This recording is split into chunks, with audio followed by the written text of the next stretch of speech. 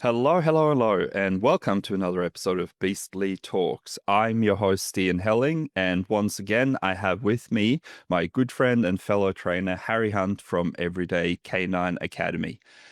How you doing, my friend?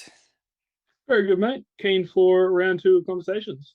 Yeah, I reckon it's and this is going to be a good one. I think this is something that we've been talking a lot about recently, and then I'll start it off by saying why we're having this conversation. So we're going to talk about playing with dogs, essentially. That's what this conversation is going to be about. So yesterday, someone sent through a video in the club group chat that we've got, which is essentially I presume a self-proclaimed dog behavior specialist talking about why you should not play with dogs. And essentially what she was saying is, obviously I'm paraphrasing this because I haven't got it in front of me, but she was saying that so many people talk about you should play with your dog because it creates a really great bond, blah, blah, blah. And then she was bringing up all the air quotes problems with playing with the dog, which was it teaches them to jump, it teaches them to be in a high state of arousal, it teaches them to bite. And then it cuts to another trainer just playing with his dog and fucking just stopping the play. And that was the end of it, right? And we both kind of just went like, what the fuck is this? And this is stupid. And that's when we decided to have a chat about what play is, why play is so important, and how we kind of play with dogs and what we use it for. Yeah. So how do you feel about that? Yeah, I'm pretty sure my direct response to that message when it came through was one word saying retard, which I think summed up her opinion pretty well. Yeah, I think I watched that thing and I've gotten to that point now where I just sigh and I just kind of give up when I hear this bullshit because you're like, how do we fight this nonsense? It's so tiring and they keep coming up with new reasons not to train your dog and it is infuriating. But yeah, I've gotten to the point where like you still have your drive and your energy. I've kind of gotten to the point where I'm just like, oh my God, more shit I have to deal with. Oh man, I don't even know how I can combat some of the stupidity you see online. It's ridiculous. But play is something I'm just getting more and more passionate about at the moment. It's like probably one of my most passionate dog training topics. So yeah, when you mentioned having a chat about it, I was very, very keen to get into it.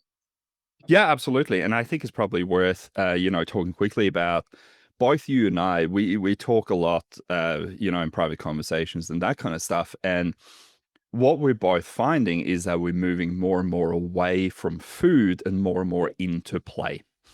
And I want to get into that a little bit later, like, the pros and cons for food versus play kind of thing. But us who work with the kind of higher drive, more intense dogs, play is definitely super important to understand. Because, so much anxiety and so many drive issues that we're seeing these days is, in my opinion, primarily because people just don't play with their dogs. Mm. And that brings me into, I've got a couple of hypothetical questions for you. And these are questions that I'm not expecting you to answer, right? But I just want to hear your kind of train of thought around this. And the first one is, how do you think we actually domesticated dogs? So I was thinking about this the other day. It just popped into my head. And, the general consensus is that dogs, or, well, wolves, started kind of hanging out closer to us and taking the food scraps that we had. Um, but I'm wondering if play actually had anything to do with that. Because surely at some point, some early man picked up a stick and threw it, and a wolf picked it up and did something with it that we found interesting or entertaining. Like at some point, there would have had to be play that was part of the domestication of dogs, and not just the food scraps, which is a general consensus these days. So again, we'll never know, but I thought it was a kind of fun little, idea to get cracking on. What are your thoughts? Yeah, well, in terms of like my knowledge on the domestication of dogs, I would have said similar thing to you. Wolves started hanging out around villages and tribes and scavenging food scraps, getting closer and closer, and the the wolves that were a little bit more inclined to be trusting, friendly, or maybe adventurous would have benefited from pushing that relationship with humans further and further, and obviously until we get to the stage of a domesticated pet dog.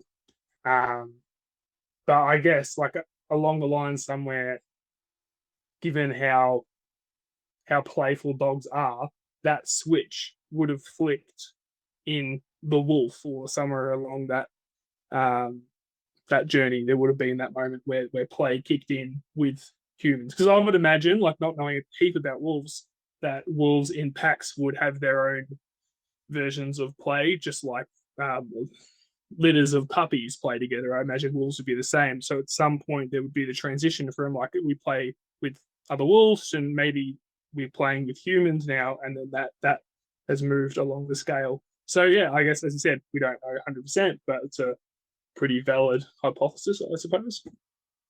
Yeah, I just feel like there has to be a point in time where some kid picked up a pine cone and chucked it at a wolf, and the wolf Mm, went like, "Oh, maybe we can actually do some stuff together here. Like this is kind of cool."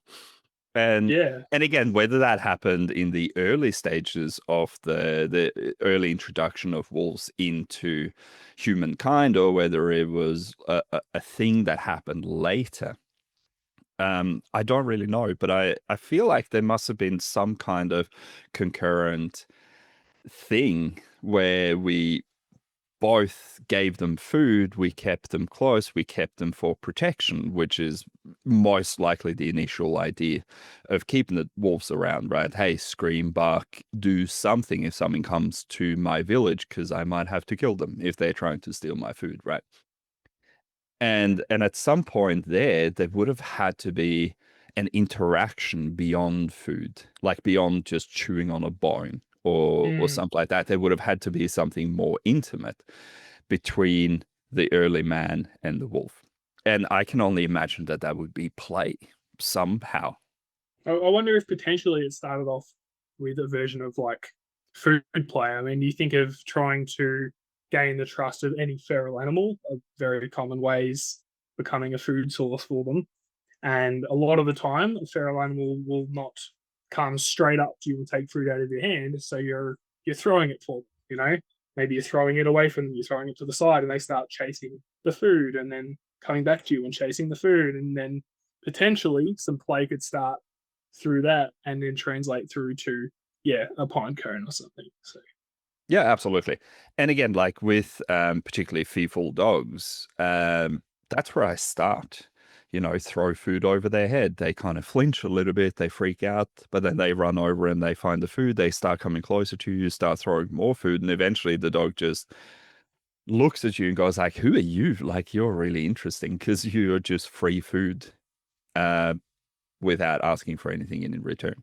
So yeah, it could mm, absolutely have been some kind of food play that started the whole thing. But I feel like we wouldn't have gotten to the level of domestication that we have now without any form of fun or play together. If it was strictly through feeding them, I don't feel like we would have had the connection that we do now with dogs.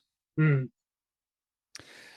Cool. So the other hypothetical question, and this is a little bit more related to part of your job. So for anyone who didn't listen to the original interview with Harry, Harry has a company called Everyday Canine. No, Oh wow.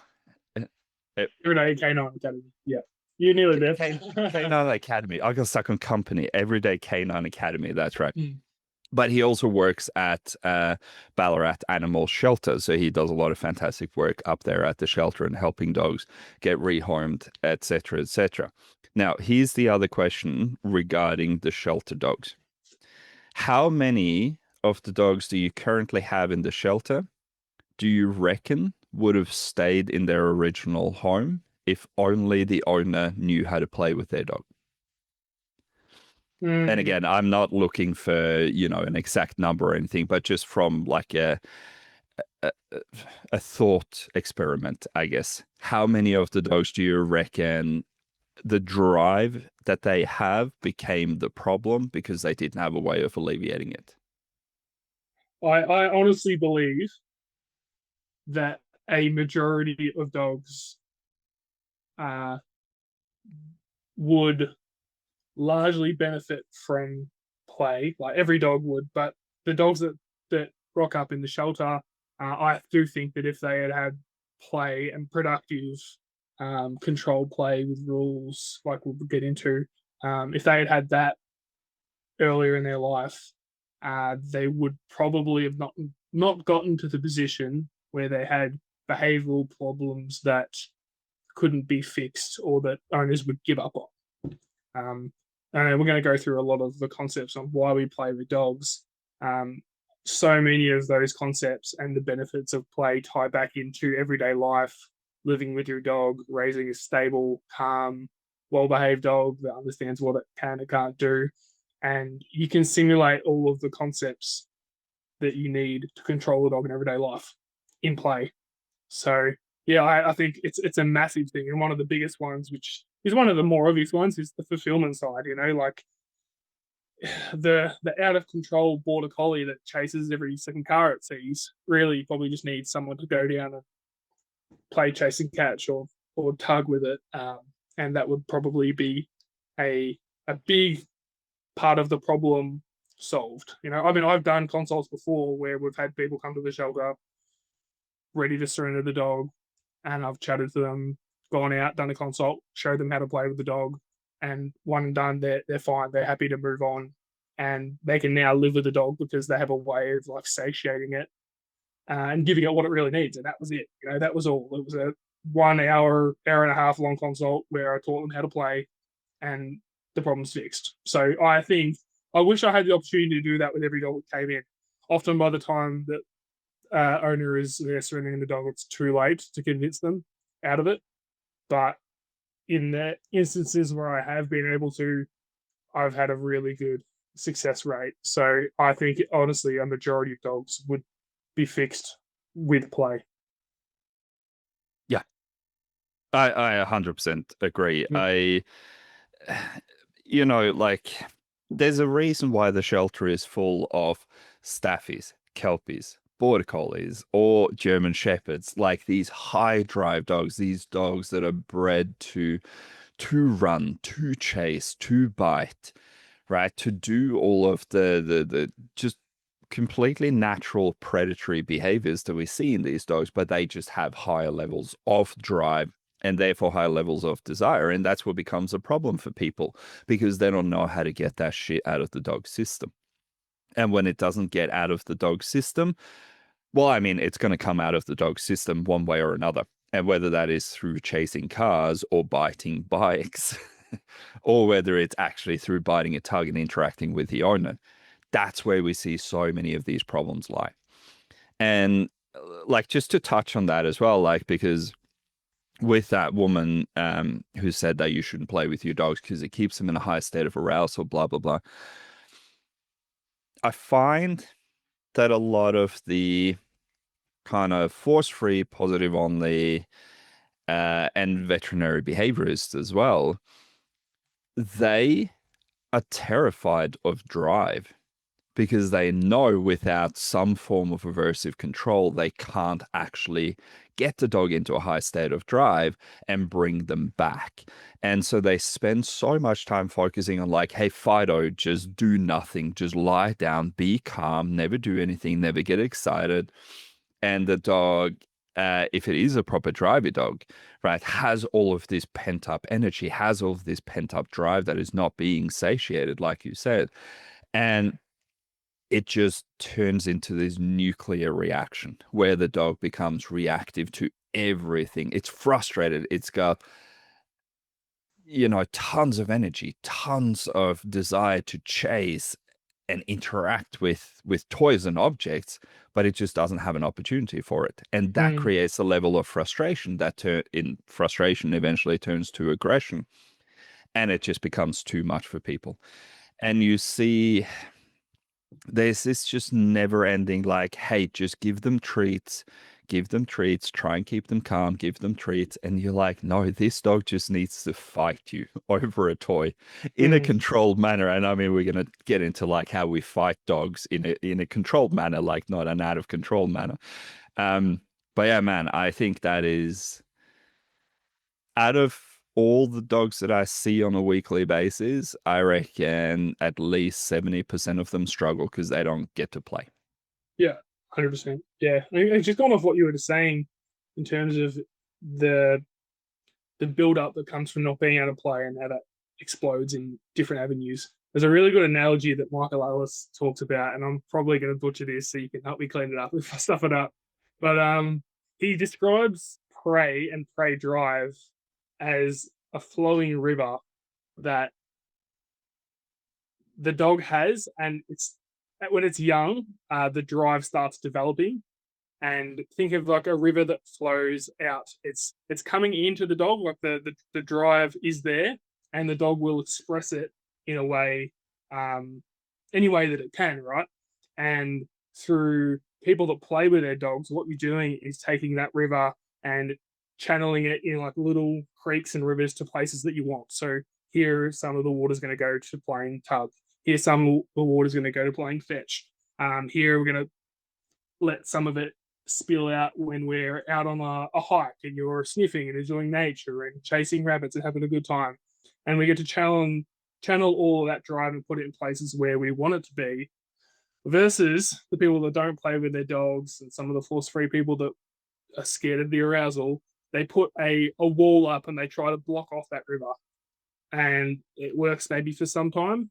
And what happens inevitably is that there starts to be holes in that wall that form and they burst, and those bursts are drive that is unfulfilled and has nowhere to go, exploding out into places that we very often don't want it to go. So whether that's the dog gets so frustrated and shreds your couch, they start chasing a bike that goes down the road, they're barking at other dogs, and we would much rather be able to channel all that drive and put it in really nice places that are convenient to us and safe for the dog, rather than have it built up and pent up and for it to explode in an out of control manner in ways that are really inconvenient to us as humans and really dangerous to the dog. So I really like that analogy. I don't know if I explained that well or not, but you can No, fill in any gaps. no, I think that's great. And so, essentially we dig in trenches into the areas where we can actually feed communities in a productive way rather than just damming the thing up like some, you know, beaver. Mm, Right. yeah.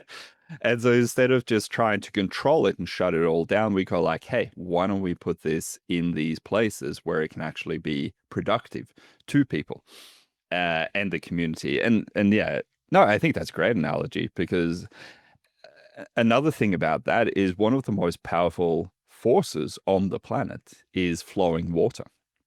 Nothing stops flowing water.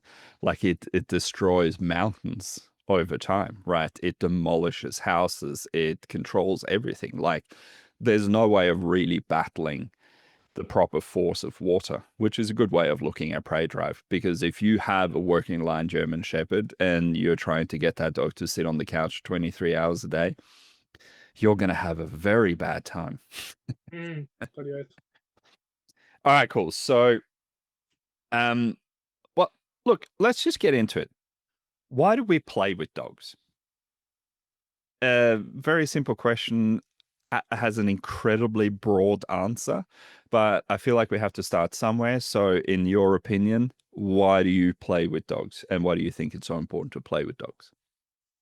Oh, there's so many avenues to go with this. But look, as some broader points, and then maybe we can dive into them. We play with dogs to fulfill their predatory instincts and predatory nature. We want to build a good relationship with the dog.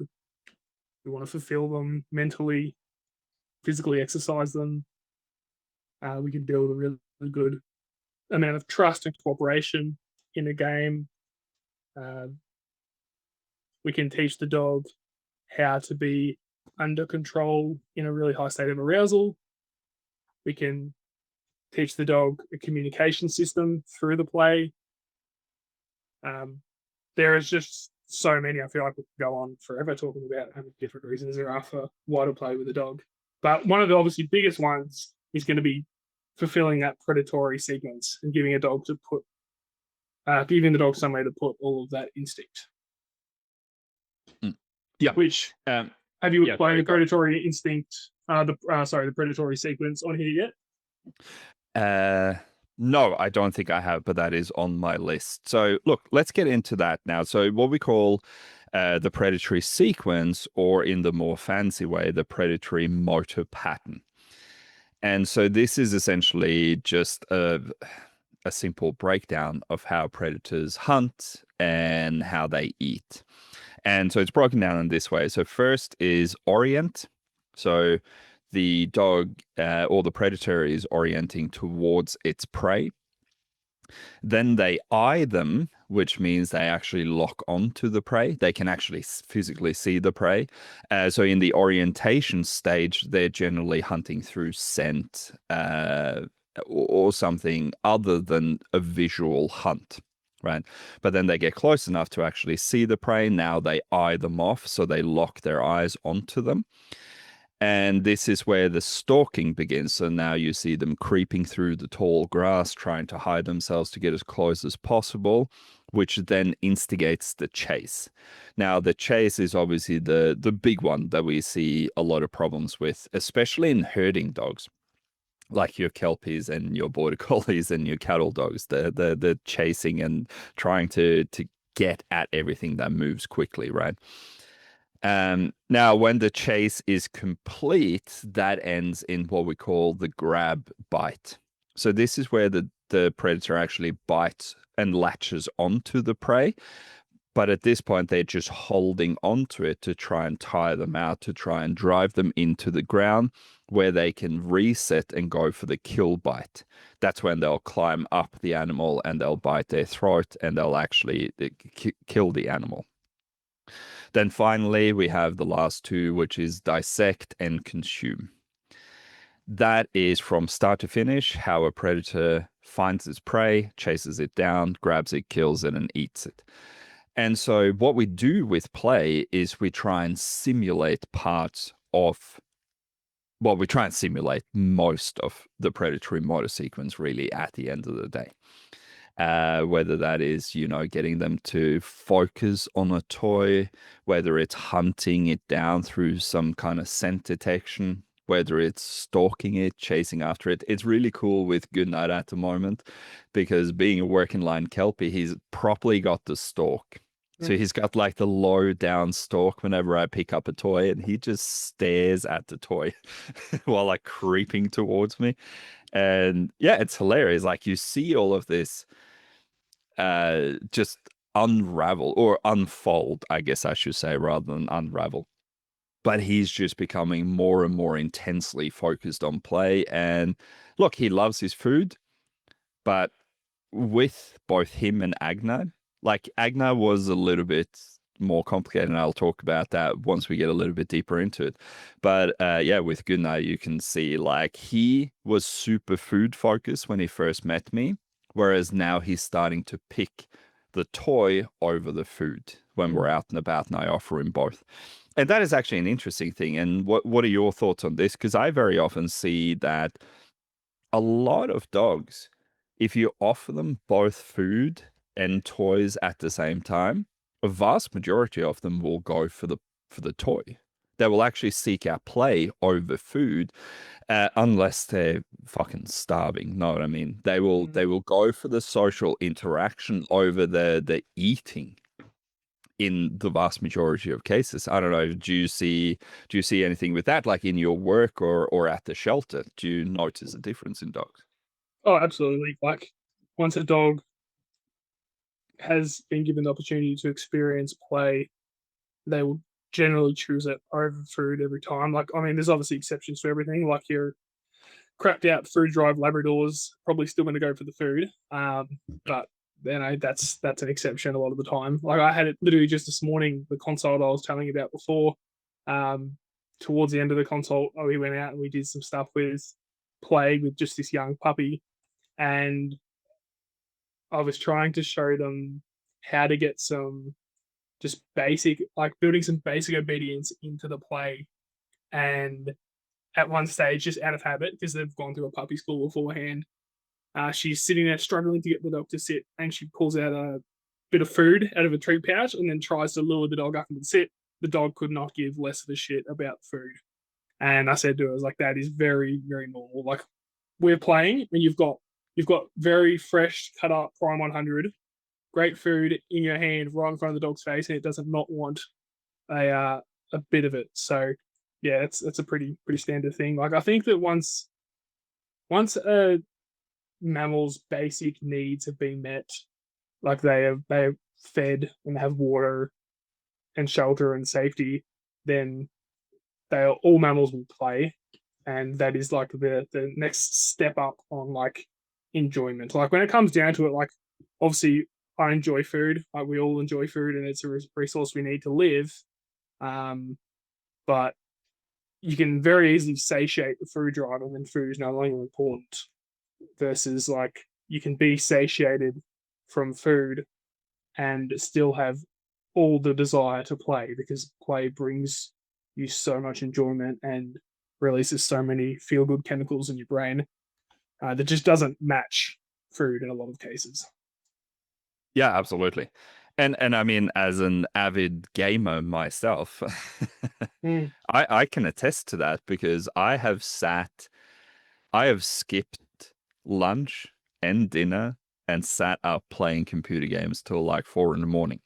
Because you're like, I'm hungry, but the desire to continue playing the game is actually so much bigger than the desire to, you know, go to the toilet, eat some food, mm, do anything else. Because it becomes like a fixation, right? Because you're having so much fun, you're getting so much positive reinforcement out of it, because you're being challenged. And I think that's one thing in this day of, dogs should never experience stress or anything. The challenge of play, I think, is what actually drives them into it. When, like, and when we start introducing rules to play and stuff, which we'll need to explain a little bit later, but suddenly the dog goes like, oh shit, I don't just get this stuff for free, right? Like I get my food out of a food bowl, like with the toy, with the play, with the interaction. I mm, actually have to be on my toes. Like I have to actually pay attention. I have to get this right because I want to play to continue. And I think that is one of the things that is so powerful in play compared to, getting a couple of pieces of food here and there. Again, food we need to live. Like that's an absolute necessity. And any creature or any living thing that is starving is probably not going to choose play, right? But if you have, like you said, some form of safety where you feel sheltered, you feel content, you have access to food, you have access to water, then what's left? Well, it is play, it is social interaction, and it's fun, more importantly. And I mm, think a lot of people forget about that. They think food is fun, and you're like, food isn't fun. Food's necessary. Play mm. is fun. Yeah, absolutely. And like it's a really interesting one how a game of play with rules is often way more exciting and addictive to the dog than a game without rules. And like a really good way to kind of explain it is like pick any sport, soccer, basketball, whatever. Um, you throw me in a basketball court with another person and we're just like shooting hoops, probably going to be bored after like 10 minutes. But you crack out a couple of teams and a referee, and there's rules and there's boundaries, and now we're competing for something. Suddenly, I can sit there and play for hours. Like I'm not a basketball person at all, but like I'm a competitive person, and you chuck me in a team playing basketball, like I'll go for ages because I like the competition, I like the game, and when there's rules and objectives, the game is so much more enthralling versus just this like, oh, we're just doing this, going through the motions, throwing the basketball, shooting some hoops, dribbling around. It's just not the same, and the same exact concept relates to dogs and playing with dogs. Yeah, absolutely. And again, I want to get into this a little bit later, but just to touch on that real quick, a game without consequences is just things happening, right? And you see, like there are punishments, right? In sports, there are punishments all the time. There are consequences, right? For making mistakes, for going too hard, for crossing the line, whatever it is. And that is what makes the game so enticing. That is what makes it so interesting. That's where you're like, I'm fighting so fucking hard to win this thing, to get this right. But I have this boundary that I have to work within, which is kind of frustrating, right? But again, it's not frustrating to the point where it becomes a problem. Well, to be fair, sometimes in sports, people fucking punch each other in the face. Like it happens, but we try and minimize the amount of that so that we can actually have an interaction together. But yeah, exactly like you said, like play without rules is just shit happening, right? Imagine playing Monopoly with no rules. You're like, well, now everyone's just grabbing whatever they want and everyone, is taking money, just building hotels willy-nilly. Like True. there is no end to it, right? And I think that's why consequence, and it's such a good way of teaching a dog consequences through play, Mm. because when they're in that heightened state of arousal, they can withstand more pressure.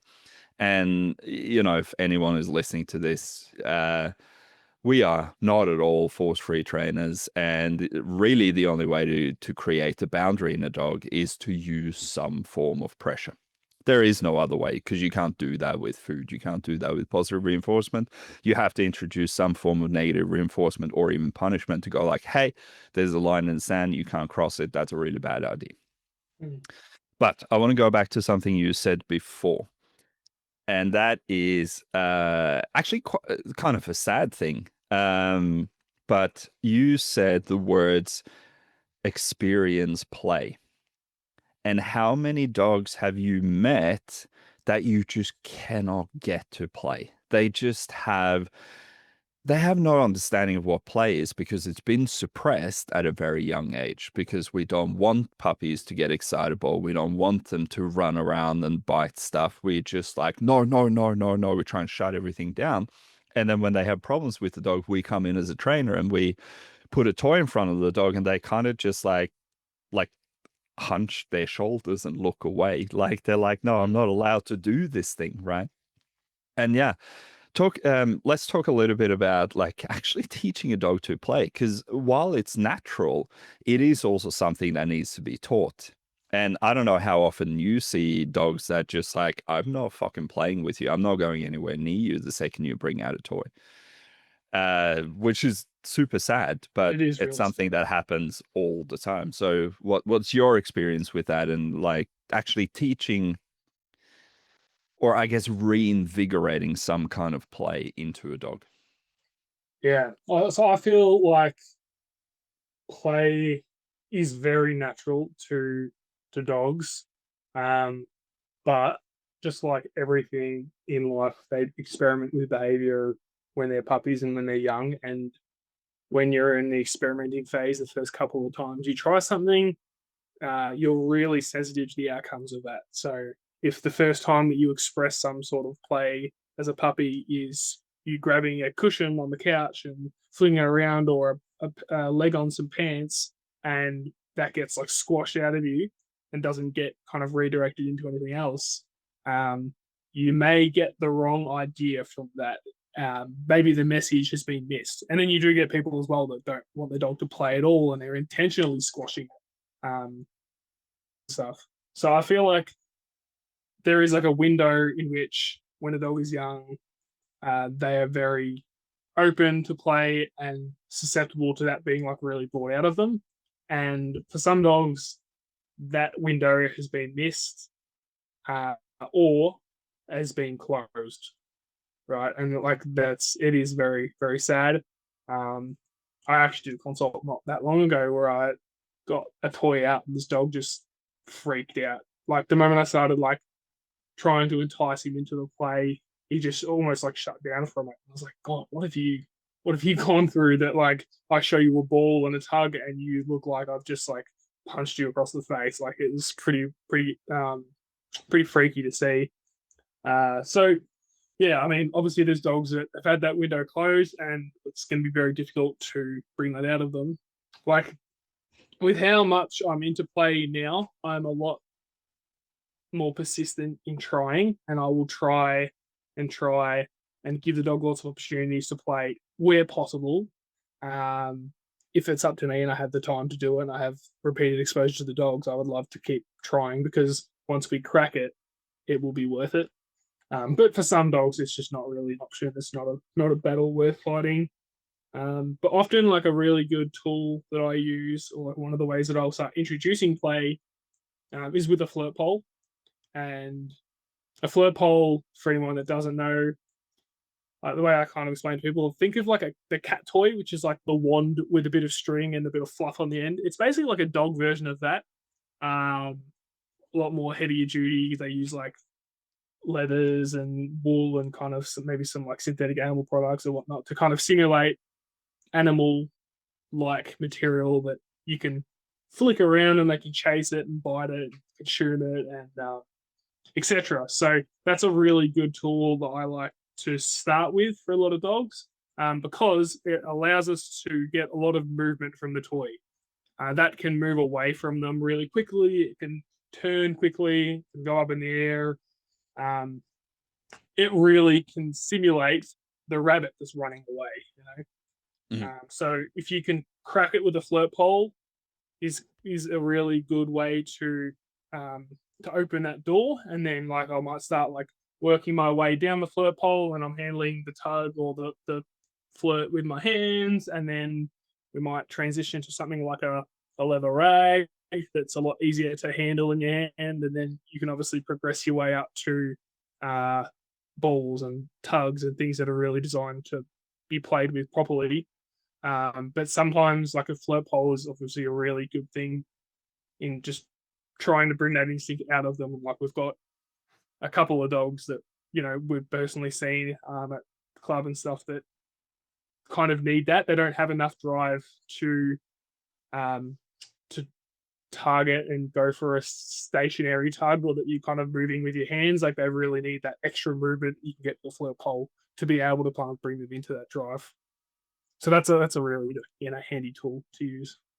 Yeah, Use them absolutely. a fair bit as well, don't we, for that reason? Yeah.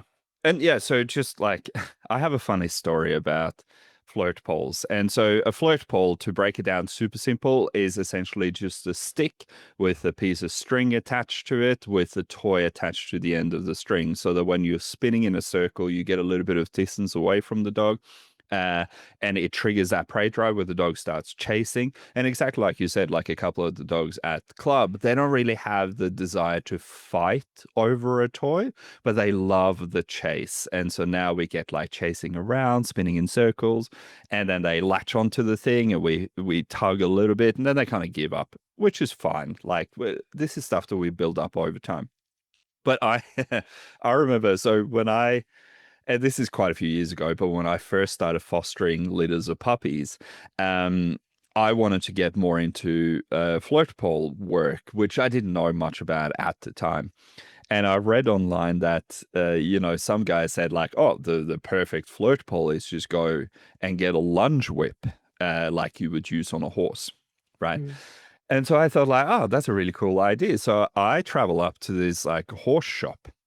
I think it was called Horseland, I'm pretty sure. And I walk in and I see a bunch of whips on the wall, like these massive long thing. And these are meant not for hitting the horse, but for hitting the air. and making like a loud cracking sound, right? But yeah, I pick one up and I go to the counter, and the woman is like, oh, cool. Like you're getting a lunch whip. What kind of horse have you got? And I just said, no, this is for puppies. And holy shit, the look on this woman's face, like she thought I was going to crack these fucking puppies with a whip. And I had to explain to her, no, I'm going to tie a toy to the end of it and I'm going to spin it in circles so they run after it. But she was horrified. She was like, holy shit, how are you training puppies? That's funny. But yeah, no, the flirt pole is pretty much my go-to for anything. So a lot of the dogs that come to me, they just want to bite me, right? And I just go, I can't get near them to give them food because they're not going to take the food. They're going to try and bite me. And so the flirt pole becomes an invaluable tool because you can actually take a step back and you can relieve some of that pressure off a dog, especially if you have a nervous dog, like kind of nervous of people. You want to just take a step back. And I want to get into like what it means to fight a dog and fighting over toys and that kind of stuff. But yeah, the flirt pole is amazing to just create a little bit of distance, create a little bit of chase, get the dog just moving a little bit. And the second they start moving, it's like a switch flicks in their head and they go like, holy fuck, this is what I'm meant to be doing. And it's really cool to watch that moment where the dog actually kicks into drive and starts chasing after the thing. But now, on the experiencing play, what I have in my notes here is something I'm sure you've heard a lot yourself. My puppy bites, help! Right. And so puppies bite. That's just what they do. That's how they try to instigate play with us. And very often people will shut that down because they're like, no, you're not allowed to bite me. Right. And so they will correct the dog or the puppy in some way, form, or shape and not redirect onto a toy. But so what are your thoughts on when a puppy with those little fucking razor sharp teeth latches onto your Achilles heel? What should we actually be doing rather than just cracking them for it? Yeah. So in an ideal world, what I try and do when I've got a puppy biting me is I basically try to make whatever they're biting um, still and boring. So it's often your hands, and I'll just try to like basically give them no feedback at all. And a lot of the time they'll just bite, and they're like, "Oh, this is boring," and then they'll move on. That's an ideal situation. You basically just make your hands boring, and then you can take the mental note that like, okay, he probably wants to go and play and bite something right now. Here's a bone, or here, let's go chase a flirt pole, or do something like that. So I'd basically try and like make the area they're biting boring, and then we can move them into something else. Sometimes that doesn't work, and the more that the hands stay still, the more frustrated the puppy gets and starts biting harder. So then I guess there's a couple different ways you can go about it. Like I've done it before. I'll like I will punish puppy biting sometimes, where you just say like no, and you like if you have a leash on them, you can kind of like pop them off your hand, or you can like scruff them. Like I've scruffed a puppy, and it just create like a little bit of discomfort as they're biting your hand. And when they stop biting, you release it, and then they go to bite again, say no, and you scruff them, and create a little bit of discomfort, and then they release. Do that a few times, and that often uh, deals with the puppy biting in the moment. And then once again, you take a mental note. Okay, probably needs to I probably got to give this puppy something to do with its teeth because it obviously needs it right now. And then you can go off and do that. Um, I used to subscribe a little bit more to the, oh, puppy's biting me, whack out a toy, show it in front of its face, and then we play. But that kind of falls apart pretty quickly when you realize that you're just the act of biting you and then biting the toy, they're too closely tied together, that you risk reinforcing biting you with the toy and creating like a sequence where the pup goes, "Oh, I'm bored, bite you, you'll grab a toy, and then we'll play." So you've got to have some kind of way to make sure that that association isn't made. But that's kind of just what springs into my head. Mm. This thing. Yeah, I kind of approach it in three different ways. And it depends on what the owner's end goal with the dog is.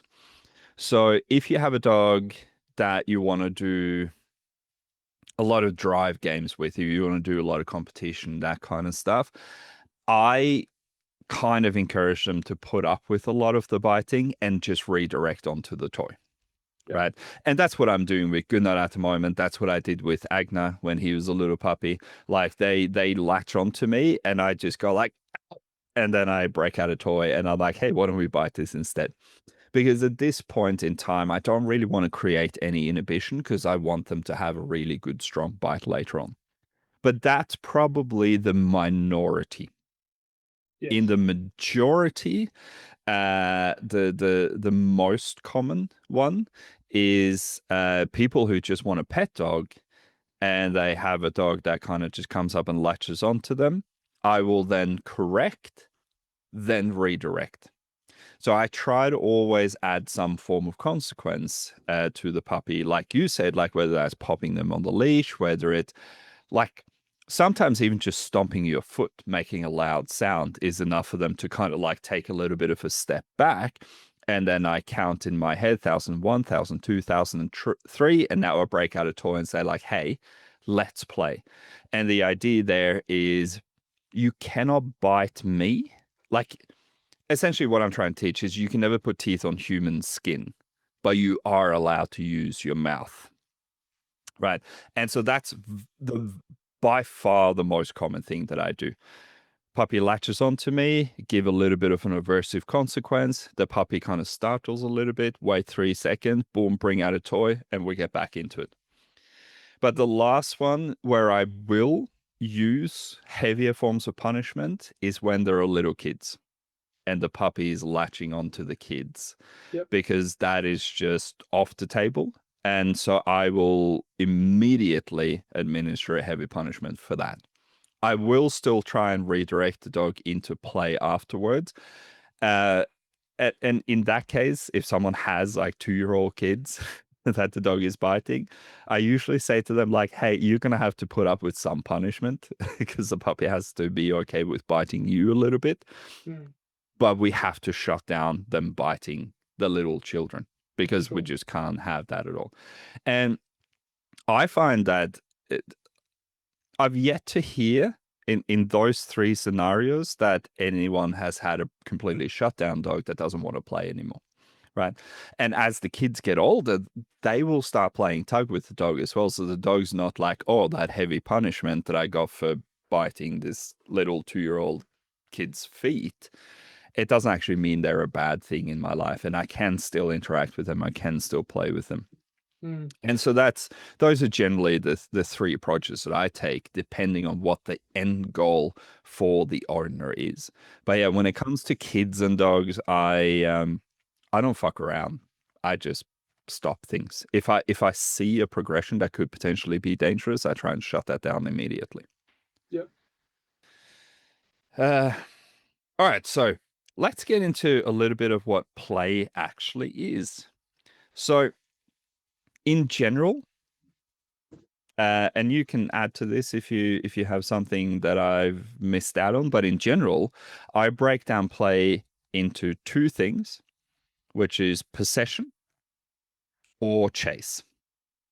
Those really fulfill pretty much all of the predatory motor pattern in a dog, whether it's stalking and chasing something or whether it's grabbing and holding on to something. Now, some people introduce scent into that, like the dog kind of hunting, which is the orienting part of things. But I tend to think of scent games more as something we train into a dog rather than a game. Like, I guess it becomes a game to the dog, but it's not something that I actively use as a form of play. And so that's when I break it down to possession games. We're fighting over a toy, or a chase game. You go and bring the toy back to me. Yeah, What are your I think the exact same. The only thing I might add in as a third option is personal play, which can be more like rough housing, wrestling with the dog chasing you, you chasing the dog, that kind of thing. Oh yeah, that's a good Whereas point actually. that's Yeah, where social the play. that in. Yeah, yeah, and that's fulfilling a different drive, I guess, as well. We're not really fulfilling a predatory drive. We're more fulfilling like a pack drive or a social drive, just doing things together. So Yeah, yeah, no, that's actually a really good point because I do that all the time, but I always forget to explain it to people. mm, But yeah, so let's start off with the chase. right? That's probably easier and less complicated than the possession games. And Mm. so, a lot of this stuff, we're both big fans of Ivan Balabano and his training without conflict, Yeah. and which is where a lot of this stuff comes from. But the chase is essentially just retrieving games. I'm going to throw something away from me that you chase after and grab, and then you bring it back to me. In the grand scheme of things, that is what that game is. Mm. Right. Now, one thing, yeah, sorry. I was Go going on. to say, and one thing I'd add to defining the chase game is that it's a very cooperative game. So there's not a lot of there's not a competition game where we're like possessing or fighting over something. The chase and catch is very cooperative. I throw to you, you bring it back. I throw again, and it just becomes this like really like smooth, free flowing game that we're doing together with low amounts of conflict involved versus possession, which is the next one you're going to go to. Yeah, absolutely. No, that's a really good point, actually, because possession is very much conflict based, whereas this is more cooperation. Absolutely. Now, what's the biggest problem you find people are having when it comes to the chase game? Bringing it back, and Yeah, doing it bringing it the back. two. Yeah. Yep, exactly. And so what is your approach for teaching a retrieve? I guess like the dog grabbing something, bringing it back to you. Like we are going to talk about the out and that kind of stuff, but I'm thinking more at this point, just bring the toy back to me. Don't run away with it, and try to turn this into a possession game where you kind of sit and chew on it and hunch over it, because that's where I find a lot of people end up having issues when they're playing the chase game. Mm. Yeah. So, uh, first step would be having the dog on some sort of line, retractable lead, something that you have physical control over the dog so that they can't just bolt off and then go and lay down the toy. The last thing you want to do is be throwing the toy for the dog. The toy grabs it, and then you end up in this like game where you're chasing them around trying to get it. And now they're having more fun running away from you than they are playing the cooperative chase and catch game. So Yeah, yeah, so now I would you're have a playing a line on the non dog. And so at that point, Exactly. you're Yeah. playing a non-cooperative chase game. Yeah. 100%. So I'd have some sort of line on the dog. Um, if we're assuming that the dog wants the toy and we're not trying to get the dog to play, that we're throwing the ball or whatever for them and they're chasing it with passion, they're going for it. Then I'm just going to start like coaxing the dog back in, encouraging them, calling them. I can use a little bit of like light tapping on the line to encourage them back in, and I'm going to get them to bring it all the way back to me, and then be very careful with how I try and like get the toy off of them, because this is a cooperative game. I don't want the dog to feel like I'm going to force them to come in and then I'm just going to grab it out of their mouth and like mine now. I'd rather like come in, I can pat you and like just praise you like good job, and we can have a good time with you holding the toy in your mouth, and then I might ask you for the out, and you're going to give me the toy, and then straight back into the game I'll throw it again, and just try to build up a bit of a pattern of events where you realize that, oh, you're actually not a threat to this ball. In fact, you keep the game going and creating like a pattern of like, okay, keep coming back. And there is going to be moments where the dog slips up. A lot of dogs will go to ground with it and try and like tune the ball. But we have a line for those reasons. When a dog tries to run off, we have a line so we can control all the variables to make sure that what we want to happen happens, and just build the habit that way. Yep, absolutely. And I think the big mistake that most people make is not having some form of line or hallway to train this in. Mm. And so what tends to happen is people go out and they go like, hey, do you want a toy? Do you want a toy? You want a toy? And then they throw the toy and the dog goes and grabs it. And now what tends to happen is one out of two things. Either the dog grabs the toy and starts running away, in which case you get what you talked about, which is the non-cooperative chase, where you end up chasing after the dog, which is the opposite of what we actually want.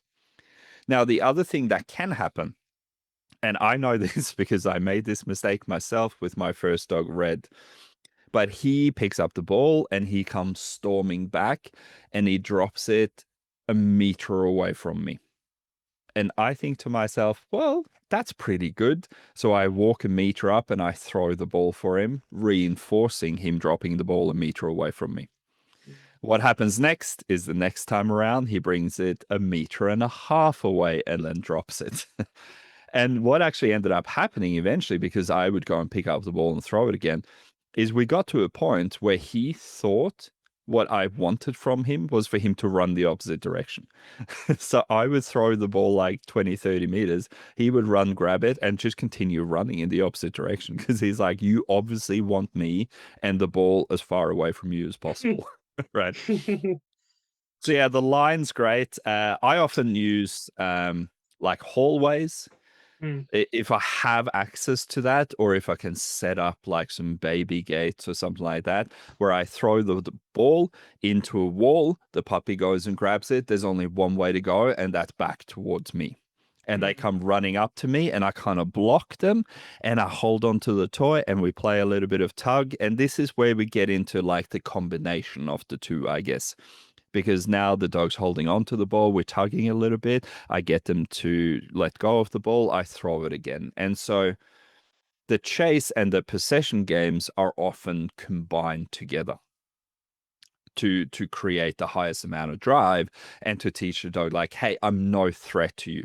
And I think it's a really good point what you were saying before is we don't want to grab the thing and just rip it out of the puppy's mouth because we don't want them to feel like they're losing the game by bringing it back to us, right?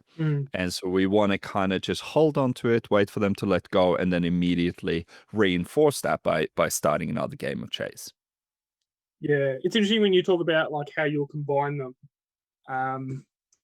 I guess I would do that as well earlier stages where like maybe I've got a dog. Well, actually, my border collie Max is a good example. Really into the chase and catch, not that into the possession games and tug. So I would throw the ball out, you'd come back, and then I'd add a little bit of tug into it, which would then be the precursor to getting to chase after him again and using it to build up the two games. But then eventually I want to have clarity on the game that we're in and very much make them different because because the games are polar opposites and the rules are very different. If in the game of chase and catch he starts possessing the toy thinking that we might be playing possession games, it can very much muddy the lines. And I know you talk a lot about black and white, and dogs don't really thrive in grey areas. And that's just one of those things where I like try to make the two games pretty black and white in difference. And the way to swap between the two games is often the out, So if I out the toy, depending on what I do in the next, we'll show you what game we're in, whether I release you back into my hands and we play tug, or whether I throw it to you and we go back into another game, chase and catch. That's kind of the way I think about it in my head. Yeah. No, absolutely. And actually, that's a really good point that you bring up that because I am very much all about making it as black and white as possible. Which brings me back to this. The first thing that I teach a puppy is the possession game, right? So I like kind of explaining the chase and catch first because it's a little bit simpler to understand than the possession games. But the first thing that I teach to a dog is the possession. And so when we talk about the possession games, that is essentially tug of war, right? We have a toy, we have a conduit between ourselves and the dog. And that conduit, it's what's creating the game where we start fighting each other over who actually gets to have possession over the toy. And that's kind of where we introduce a lot of boundaries and clear communication, but also how we and again, it is a conflict-based game. Like we are fighting each other, but it's not like we're fighting each other. It's not like I'm gonna fucking take this off you because you don't get to have the toy, right? It is we're playing a game still where the harder the dog pulls on the tug, the more I'm gonna pretend that I'm losing. I'm gonna stumble, I'm gonna fall over, I'm gonna make grunting noises, right? So the dog kind of goes, the more effort I put into this, the more likely I am to win the game. And then we do the other thing where we, suddenly like plant our feet in the ground and we start like, hey, I'm going to start dragging you towards me now. And so the dog's like, oh shit, now I'm losing the game. I have to put more into it. And then it kind of goes back and forth that way. And so that's generally where I start with dogs. But again, I think one thing that you brought up before is a good point as well. Like some dogs have a super high drive for either the possession game or the chase game, but they're not that interested in the other one. Mm. And so at that point, what we want to try and do is find out what the dog likes the most, and we want to drive as much value in that because they do kind of come together down the track. Exactly like you said, like when you've outed the dog, and we'll talk about how we teach an out and what an out is in a minute. But when you've outed the dog, then the dog is now focused on you, waiting for direction to actually what is the next game. And that's super important. And I guess at this point, it's probably worth mentioning that some people say don't play with your dogs because the dog is going to become possessive and going to become a resource guarder. And this can very much happen if you don't introduce rules and consequences into the game. And this is where the out becomes so important. So tell us what the out is and how you approach teaching the out. Yep. Just before I get into that, as a heads up, like I've got all the time to have this conversation, so there's no rush. If you want to have a 3-hour podcast, that's fine with me, just so you know. Look, we can do there's so much we can go into with this. Yeah. Look, down the track, I guess we can do another episode on just the out. But I feel like at this point, we're just kind of giving people an idea of why play is so important and what play actually consists of, really. Yeah. So let's not go into a 4-hour chat about the outs. Yeah. No, it's been, oh yeah. All right. So the out to me, the out is the most crucial command, probably. It is required if you're going to use play, specifically play with training, then the out is what keeps the game fluid and allows you to add in little bits of work and training into it.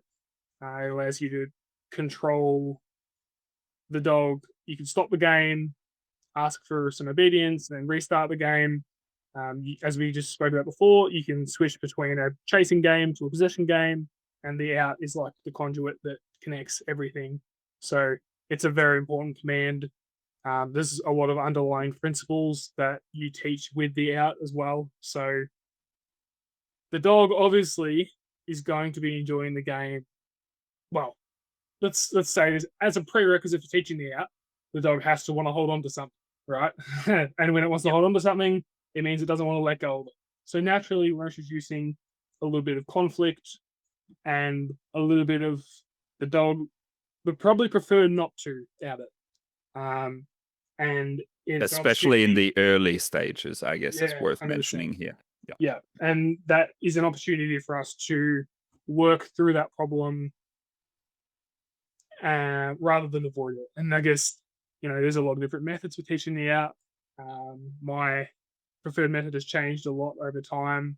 And now it's very much like confronting the reality that the dog doesn't want to let go of it, but has to,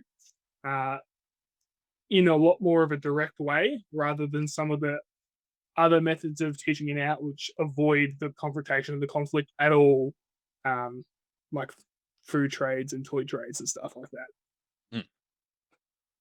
And yeah, so just to make it super clear to everyone, out essentially means just spit out whatever's in your mouth whenever I say the word out, no questions asked. That's what the out is to me, right? Whether you're holding a dead rabbit or whether it's a tug toy that we're playing with, when I say out, you don't question it. You just open your mouth and then the game kind of continues on from there. So in very simple terms, that's what the out is, spit it out. And yeah, look, there's, like you said, there's many ways of actually teaching it, and some are better than others, and my way has changed a lot as well. You mentioned the food trade. That's a very, or the food or the toy trade. That is quite a common one. But I don't really use that because I find it adds more conflict when you start removing the bribe, Mm. right? And so at the end of the day, so what would be an example of, well, the example of this is you playing tug with a dog, and the dog is biting and it's growling and it's shaking its head, having a good time. And then you either break out a handful of food and hold it on the dog's nose, hoping they'll spit out the toy and take the food. And look, that works for some dogs. But at the end of the day, if you have a dog with a lot of drive, as we were kind of talking about earlier, they're going to go, fuck your food. I'm having the time of my life. Right. And so very often the food trade kind of falls apart with your higher drive dogs. Mm. Now, the other option to that is having another tug toy. So we're playing tug with one hand, we bring out another tug, we hold the tug that the dog's already biting still, so we make that inanimate and dead. And then we start wiggling the other toy, hoping that they'll switch over, and we say out when the dog switches. But this, I find, just teaches the dog that, hey, unless I've got something else to offer you, continue fighting me harder, which is kind of the opposite of what we want. Because when playing possession games, I think it's very important for people to understand that, yes, we're in conflict, yes, we're fighting each other, but there's no animosity in there. We're not actually fighting each other, right? We want this to be cooperative, even though we are, in a sense, fighting each other. Mm. And what I tend to see is when people have done the trading bit, they end up just trading for life. Yeah. Because the dog goes, unless you have something else, then fuck you. I'm just going to latch onto this and hold on to it. Now, the way that I normally train it, and look, I know you've been watching Ivan's out video, and we've had a chat about that. I haven't seen it myself, so that might change what I do in the future. But essentially, whenever I'm playing with dogs, especially, I want their approach to what they're doing to be as operant as possible, meaning the dog makes the decision. And so up until now, what I've been doing is I'm playing tug with the dog. Uh, we're having a good time. Dog's growling, dog's thrashing, biting, shaking. And then when I'm ready to start teaching the out, I bring the toy close to my body and I hold it as still as possible. So I make the toy inanimate in my hands. And what's going to happen is the dog's going to try and escalate its play. So they're going to start growling more. They're going to start pulling down. They're going to start shaking harder. And I just wait. Because for as long as the toy is dead, the dog's getting no feedback from me. And that is essentially what's ending the game. And what that tends to lead to is confusion on the dog's behalf, where they're like, hey, shit, why do we stop playing? I was having a good time. And they're going to open their mouth. And the second they do, I say out and the game begins again. So that's kind of how I generally teach it to most dogs. Mm.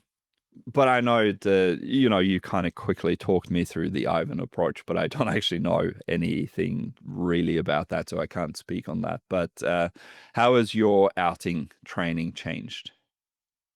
Yeah. Can I ask you a question about your method first? Yeah, absolutely. Um, just with the when you give the out command, you generally give it, if what you've just said is right, after the dog is outed, as like a reinitiate cue, like reinitiate the play. How do you explain how that translates through to the out command stopping the game? I'm just trying to put that together in my head. Oh, yeah, okay. Yeah, so Not like the timing of the out, when you give it. That's what I'm kind of referring to. yeah, sure. So I guess this is more of it's funny because it's kind of a combination of a classically conditioned out and an operantly conditioned out, because the dog makes the decision to open its mouth and spit out the toy. And then whenever it does, I give the cue the second the dog opens its mouth, and that reinstigates the game. Hmm. Now, you have to keep in mind that this is very early stages. Like, this is in the teaching stage. So at this point, I'm not trying to stop the game at all. Hmm. in the early stages, I usually end up letting the dog win the toy, and that kind of becomes the end of the game. But down the track, what I'm going to do, and this is where we start introducing the work side of things, so the obedience side of things, is when I have a solid out for the dog. Now I'm playing tug with the dog. I ask them to out. The second they spit out the toy, I now ask them to do something else before the game reinstigates. Now, at that point, what happens, because the dog knows the out command, he knows like, hey, spit out the toy, they will sometimes try and regrip. So they are expecting the game to begin again immediately. And so you say out, dog spits out the toy, and they try to come back for a bite. That's when I use a correction. Because at that point, I'm like, no, out doesn't mean just you get the toy back again immediately. It means I'm going to ask you to do something else now. And over time, what happens is the out just becomes essentially just a dog's mind opening again. So like he hears the word out, he stops everything he's doing. He's like, what do I need to do to get back into it? Yep. But yeah, again, this is a very slow approach. I reckon you could teach this a million times faster if you use pressure right from the get-go, right? So if Yeah. you're tugging with the dog and you tighten the slip, for example, if you have a slip lead on the dog and you freeze the toy and you tighten the slip, the dog's going to spit that toy out much quicker. And you can probably learn this a lot quicker, right? And I might do that when I have a 2-hour training session with someone. But when I'm training my own dogs, I'm like, I have 6 months to teach you this. So I'm not really going to push it, right? But yeah, I guess so. That makes sense. I guess what I'm curious is the way you teach the out, I guess, is what would be called as the immobilization out, where the toy goes completely still and boring, and the dog learns to like out the toy when that happens to reinitiate the game. yeah, I guess it's the timing of the cue which is different. So when I teach with that method, what I've done in the past was like playing, out, then the toy goes dead, and then when the dog eventually goes through its like munching phase and then gives up and spits out the toy, then I will say yes and start the game again. And to me, that makes sense like classically because like out means immobilization, and then yes means play again. Whereas you put that out at the end, which almost makes the out like you'd explain how it works because for me it's just a little bit confusing. It almost seems like the out will become the release command to bite. Does that make sense? yeah, no, yeah, I see what you mean. And again, this comes back to, whether you're teaching someone with something with negative reinforcement or whether you're teaching it with positive reinforcement, right? And so essentially what I'm doing is I'm teaching it with positive reinforcement. Because when you spit out the toy, that means you've conducted a behavior that reinstigates the play, right? Which is why I say out the second the dog opens its mouth, because that is what leads back into the positive reinforcement. Now, if I was training it with pressure, with negative reinforcement, I could say the out the second I applied pressure to the dog because I know I can bring about the behavior whether the dog wants to or not. Mm-hmm. Mm-hmm. Right. And so that's like back in the olden days when everything was taught with pressure, when you had a prong collar on the dog and the way you taught them to sit was literally just pop up on the leash as hard as possible. You can always give the command first because you know you can make the dog conduct the behavior whether it wants to or not. When you're training it with positive reinforcement, it becomes a little bit different because I'm not using any form of compulsion to get the behavior about. So I have to wait for the dog to make the right decision before I give the command. Yeah. And so I think of it the same way that I would condition a clicker, right? Click food, click food, click food. Now it becomes out, back into biting, out, back into biting, out, back into biting. So that yeah, right. If So that then makes at sense. some point, yeah, no, I'm just trying to because at some point you will be changing the meaning of the out because the out will mean stop biting, right? No, the out literally means spit out whatever's in your mouth. That's all that it means. But again, because of the way that I train, I'm always going to follow up with pressure at some point. Mm. And that's when I can create the clarity. So in the beginning, I want the dog to essentially love the out command because that's what brings about the game again. Right. I see. Okay, so it's more So about that, conditioning the emotions of the out than it is the behavior of the out initial. yeah, exactly. Like you spitting out the toy is what brings, heaven back to you, essentially. Mm. And you do that many enough times, if you have a strong enough out with enough good emotion in that, you can start applying some pretty heavy pressure to the dog afterwards to solidify the out but it's not going to reduce the excitement about outing. I guess if that makes sense. Yeah, yeah. I guess when you look at it that way, that makes some sense. Yeah, for sure. Yeah. Yeah, they And need the again, way that this is when I have plenty of time. So this is with yeah, my own dogs, right? yeah, And I have fucking 6 months to teach them to spit out something. I'm like, I'm just gonna take it slow because I have the time to do it. In a consult, it would be different because I would be introducing a little bit of pressure quicker to go like, hey, I need you to understand that spitting out the toy is super important. yep, yeah. The way that I'm doing it at the moment, because I am generally teaching it out in a consult setting, um, as you said, you don't have the time to stuff around with like really long processes. So I'm going to like a use of aversion, so negative reinforcement to teach the out, which generally will look like we're playing with a dog. I'll say the word out, give them a second, then I will apply some sort of aversion, whether that's like a light um, tap. So I might have a leash on and I might just say out and then tap, tap, and just like gentle taps up on the leash. Nothing that's like at a crazy level. It's just more of like a nagging, annoying feeling. And then I'll probably re-cue the out every like 5 to 10 seconds if I need to keep doing that for a little bit. And I'm just going to basically just wait the dog out. And then eventually the dog's going to be feeling this and like, that's annoying. How do I get rid of it? And they're going to try. They're going to experiment with behavior and they're going to spit out the toy. And that's when I'm going to say yes and then start playing the game again. And then the next rep, we'll do it again and again, and it'll get a little bit quicker and a little bit quicker. And the dog's basically learning when I hear out, it means that there's going to be a pressure that follows. And I have learned how I can turn that pressure off by spitting out the toy. And eventually the dog learns if I just spit out the toy quickly, I'll just avoid that pressure ever starting. And that's obviously how negative reinforcement works: escape and then avoidance. That's the way I'm doing it now.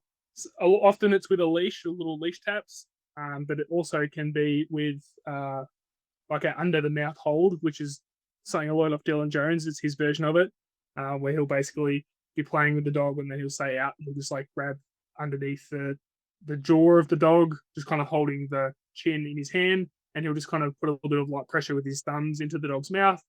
And then it's the exact same concept. When the dog spits it out, yes, we play again. And I'll do that with dogs that aren't like super committed to it. Like, so this morning I had the consult with a 14-week-old puppy and we were working on play. And I just showed him, like, this is how I teach the out from the get go. We'll just start it off and was just outing the dog with like half a second to a second of pressure on the mouth, and then bang, the game starts again. So yeah, negatively reinforcing an out is generally what I've gone to at the moment. And obviously there is still an immobilization part in that because the toy goes dead when you say it out anyway. It's just this added motivation of like this nagging pressure that the dog's got to figure out how to turn off. Yeah. And I mean, that is just using a little bit of guiding pressure to bring about the behavior quicker. That's Mm. pretty much all that it is. Yep. Which there's absolutely nothing wrong with that. I guess as I'm getting older, as I'm getting deeper into training, I'm becoming more like, hey, I'm going to see how long this will take to do without pressure kind of thing. Yeah, yeah. Because again, at the end of the day, I know I can bring about the behavior. I know I can change it if I have to later on. And so you're like, if I was going to teach an out force free, how would I do it and how long would it take me? essentially. And even if I stuff it up, I'm like, okay, cool, I can fix it later. Not a big deal. But, that's just, I guess, more me experimenting with training than it is actually helping people get results quickly. The funny thing about that is the immobilization out is basically like what would be classed as force free, right? But But it is negative and reinforcement. yes, but there's also like a big stress component because like I've seen dogs. So I've been at the shelter before, with like crapped out staffies that are so into biting stuff, and I've done the immobilization out and sat there for like 5 or 10 minutes, and you can see this like stress in their eyes of like they want to be thrashing and fighting this thing so hard, and the fact that they can't, and they're just sitting there, and it's this kind of like pressure between the two of you because you're just waiting them out. uh, it's a force free technique that deep down probably has a lot of like that there is a stress element to it, right? So it isn't force free at all. Just the irony of pretty much every force free technique as well is that there's uh there's inevitably a lot of pressure and stress being added to the situation that they don't think about, you know. Oh, absolutely. Yeah. Yeah. And it's, yeah, man, I don't really want to get into this conversation now, Not fair. but like, at the end of the day, from everything that we're seeing and everything that we're hearing on social media and stuff, it is evident that most force-free trainers train with negative reinforcement a lot. They just don't understand that they are actually training with negative reinforcement.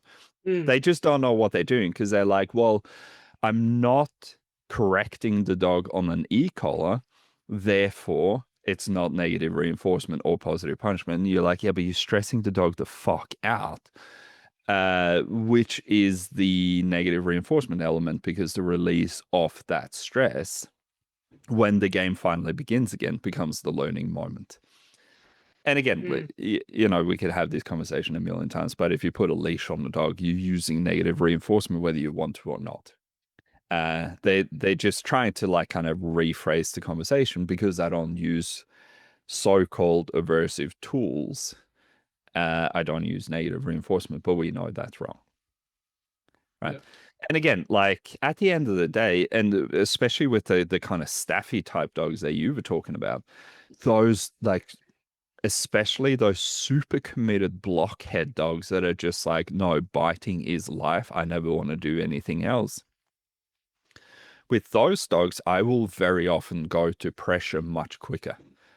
Because like you said, I don't want to keep the dog in that state of stress where they go like, fuck, I'm having the time of my life and now you've taken it away. Yeah. Right. And so introducing a little bit of a tightening of a slip lead at that point, or a low stim on an e-collar, is going to bring about the behavior in 2 seconds rather than 10 minutes.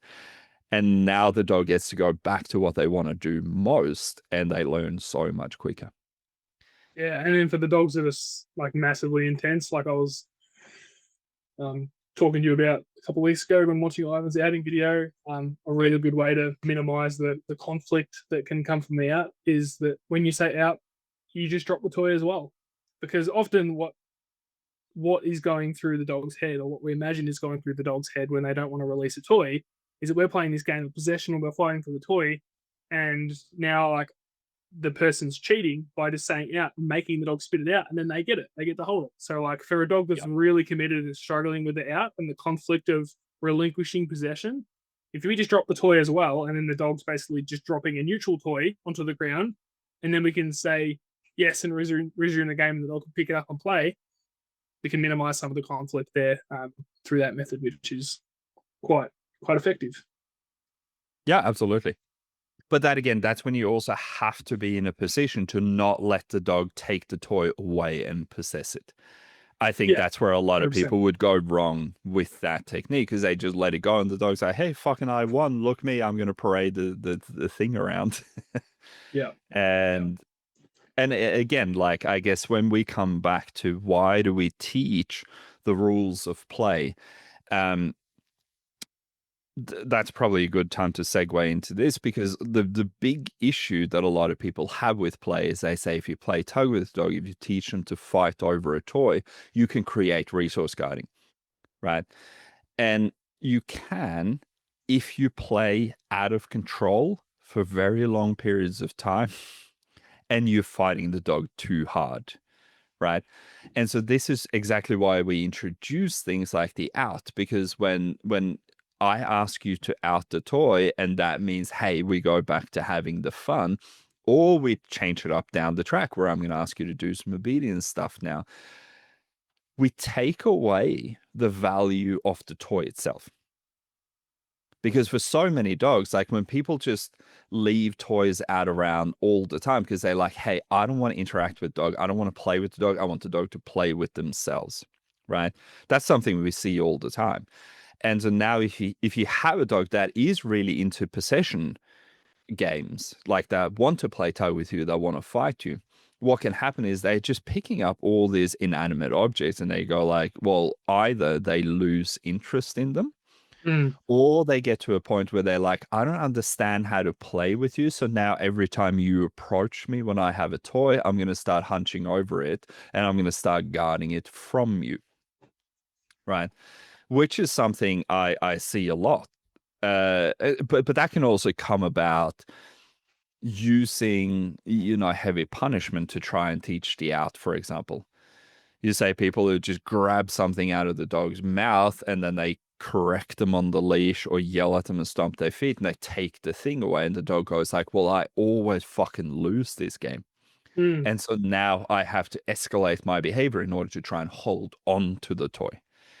Right. And this is exactly why it's so fucking important to teach dogs rules around playing. Like, hey, yes, we're going to fight over this thing, but that doesn't mean we're actually fighting. And at the end of the day, the toy is going to go away because the toy is not the important bit.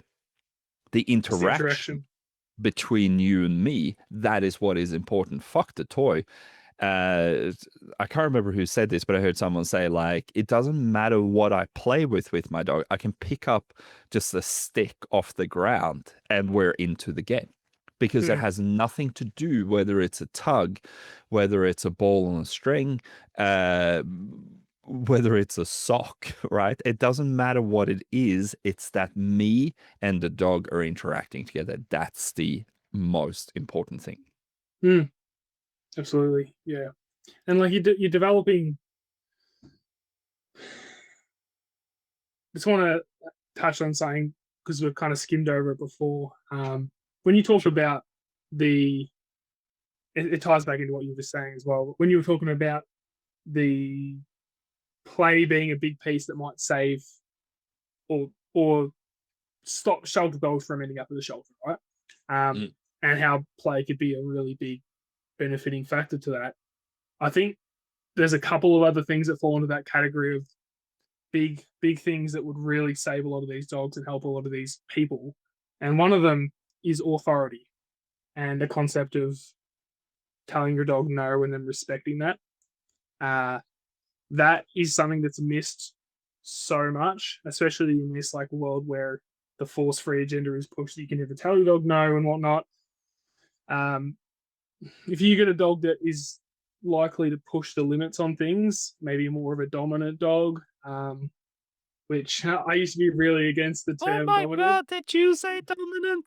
Yeah, it's funny. I feel like when I did the NDTF, they talked about dominant dogs a little bit, but it was almost kind of got this like idea that like every dog's labeled as dominant and it's not really a thing and whatnot.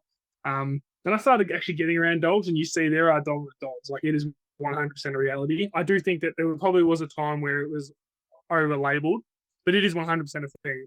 And if you get a dog that is naturally predisposed to some dominant behavior, and that dog doesn't understand the concept of authority and doesn't see humans as an authority figure, you have a recipe for a dangerous dog. And this is fresh in my mind because there's a Rottweiler I've been dealing with that is an exact case of this. That at 2 years old, never been told no, and now is borderline dangerous, and you need to really assess it. So in the game, in the play, we can become that authority figure. The biggest difference between the dog and the human in the games that we play is the dog is just a player. The human is a player and a referee.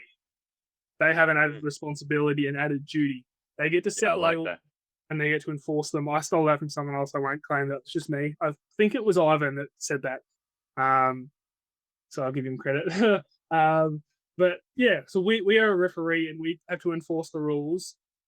And in the play, we have so many opportunities to do that. Like, and we talked about the out. Like, and the out is such a good example. But when we're playing and the dog's really into the game, they want the game to continue. So if we say out, the dog spits out the toy. Every dog is going to do it when they're in the early stages. They're going to try and rebite the toy. They're going to try and bite it without permission. And that gives us an opportunity to say, no, a couple of leash pops, wait, make them wait. Yes, restart the game. We play out. The dog has to respect the rules of the out. The out means spit out the toy and then wait for permission to rebite it again. I can put the dog in an obedience command, a sit, and I could throw the toy, and that for a lot of dogs will be enough of a impulse for them to act upon, and they're going to try and chase it. And I can say no, and then put them back in a sit, and I can start adding just some consequence for little mistakes, showing some sort of authority that I have control. I'm the referee here. I've got rules that I need to enforce, and at the same time, we're teaching the dogs what all those words mean, like what yes means, what no means, what release cue means, etc. We're teaching commands, and we've got all this communication, this authority that then translates through to the rest of the world when I need to tell the dog that they can't jump up on the counter, that they can't bark at other dogs, that they can't chase the rabbit that's just run out in front of us. Like, we're building all these concepts up, and we can do all of this in play where realistically we're just having a good time and it's such low stakes. But those foundations that we can develop will really serve us in the rest of the dog's life and can be the difference between a dog ending up in the shelter or just being a well-trained, easy vet dog. That's a little spoil. I just had to jump through. No, that's great. Like, I love that, but because you're so right. Like I'm gonna do a whole episode on dominance and submission, the fucking most misunderstood thing in dog training ever. But I'm not going to jump into that right here, right now. But yes, there are dominant dogs, and yes, dominance and submission is a thing. But it doesn't really have a place in dog training, so to speak. But authority absolutely does. And again, you see, in this day and age where everyone wins a medal, right? Everyone gets to do, like, no one has to do anything that they don't want to, right? And so every time we ask them to do something they don't want to, they have a fucking tantrum, they start showing aggression. That's essentially what's happening. And that is literally just a lack of consequence and a lack of holding the dog accountable. Because, and it was funny today because I was at my, I took Gunnar to my vet to get vaccinated today.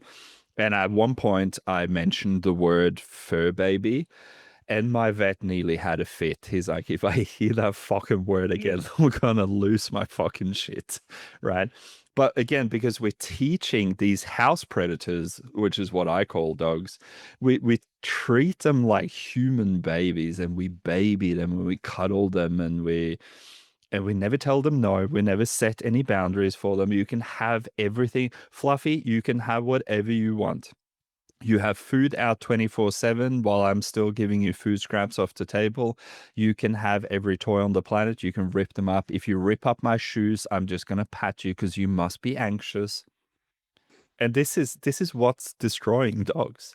This is what is fucking destroying dogs in this day and age, which is why it's so important to talk about things like drive and fighting dogs and building up their resilience and creating clarity and going like, hey, we can do this crazy shit together, but you have to respect me. We have to have mutual respect. I'm going to respect you, but you also have to respect me. If you steamroll me, we're going to have a really fucking bad time, and you are going to end up in the shelter. So 100% agree. But another thing that I will add to this real quick that I find is super important for play is a start and a finish cue. It's you being able to say, hey, I'm opening the window for us to play and interact now, right? And you can call that whatever you want. Like most people just call it start and finish. I call it activate and game over. Right. So when I say activate to Agna, like his pupils dilate because he's like, fucking it's go time. Right. He's ready to go. But and then we play, we fight each other. He's growling, he's thrashing, he's fun. There's a reason why my arms and legs are bruised 24/7. It's because I live with this hellhound, right? That I have to play with every day to keep sane. But he goes full feral fucking dragon. And then we play and we have a good time, but we introduce, like you said, some obedience. Hey, I need you to sit here. I need you to wait. I need you to be patient. The toy comes back when I allow you to. But then also when I say game over, he deflates like a balloon. He goes from this like pumped up, bear looking thing into just like, oh, okay, we're finished. There's no more opportunity, right? And that is one of the big issues with leaving food and toys around the house 24/7 is the dog always thinks there's an opportunity and they don't actually learn how to interact properly with you around toys, how to play with you, how to bring you stuff. It just becomes this like, hey, I'm a dragon lying on my hoard. If you come near me, I'm gonna blow literal fire up your ass, right? Which is the exact opposite of what we want. Now with your little like 5 kilo Maltese, it's probably not the biggest issue in the world. But when you have a 45 kilo Belgian Malinois that's bred to eat people, that is a big problem. Absolutely, man. Oh, and like the difference it makes having a clear start and finish is ridiculous.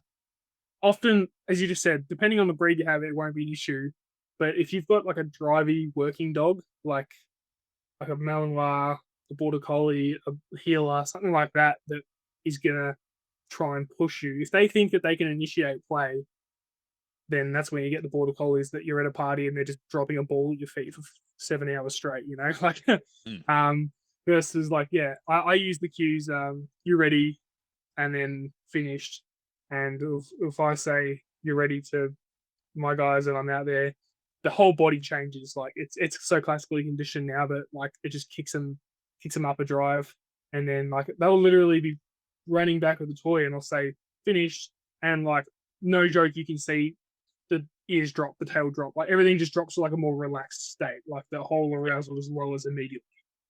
And I think it's really important to mention here that when we say eavesdrop or dog deflates, that is not them becoming fearful or anything like that. That's just them understanding, okay, I got to come out of drive. I got to Mm, come out of this super high state of arousal because there's no point being up here anymore because no more fun is going to happen. yeah, Right. absolutely. When I say ears drop and tail drops, I'm talking to in comparison to in the game where you're at your most manic, intense state ever, you know? When So you're in yeah, full drive, yeah, yeah. you're going back to relaxation. It's the other really good thing about start and finish cues.